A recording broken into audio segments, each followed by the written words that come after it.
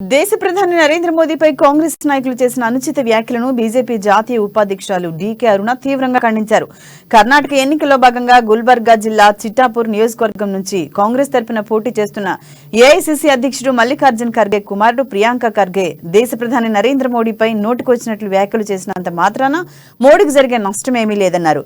Congress party నాయకులు ప్రజలను మెప్పించలేక ఒప్పించలేక మోడీపై అక్కసును కక్కుతున్నారని DK అరుణ మండిపడ్డారు. మాటలతోన అవమానిస్తా ఉన్నాడు ఈ దేశ ప్రధానిని. అసలు ఏం మాట్లాడుతున్నారో కూడా వాళ్ళకి అర్థం కాకుండా మాట్లాడుతున్నారా?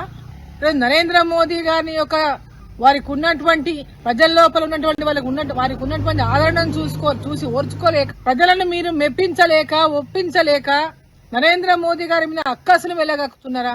భారతీయ జనతా పార్టీ విజయం కర్ణాటకలో ఖాయమైపోయిందని అర్థమైనటువంటి కాంగ్రెస్ పార్టీ ఈ రోజు ఏం మాట్లాడుతున్నారో కూడా మాటలు అంటే వాళ్ళు మాట్లాడేటటువంటి మాటలు వాళ్ళు ఉన్నటువంటి స్థాయికి తగనివా అంటే ఆలోచన లేకుండా మాట్లాడుతున్నారంటే కాంగ్రెస్ పార్టీ కర్ణాటక ఎన్నికల్లో